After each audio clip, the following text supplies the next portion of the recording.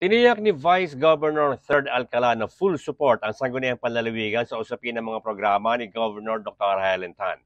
Ayon kay Vice Governor Alcala, lahat ng mga legislative agenda ng gobernador ay kaagad nila itong ipinapasa sa sanggunian upang higit na makatulong sa mamamayan ng lalawigan, lalo na sa usapin ng pangkalusugan.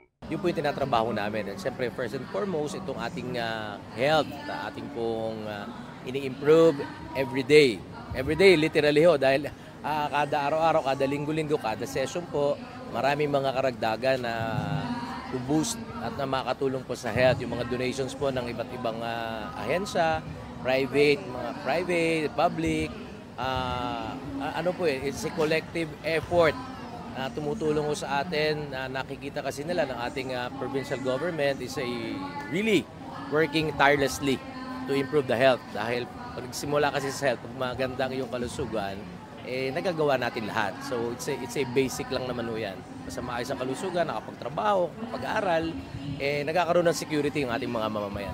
So yun po yung ginagawa natin. Lahat po ng kailangan ng ating pong ehekutibo, ng ating pong gobernador, ating pong pinapasa kaagad-agad at hahanapan ng kaukulang pondo.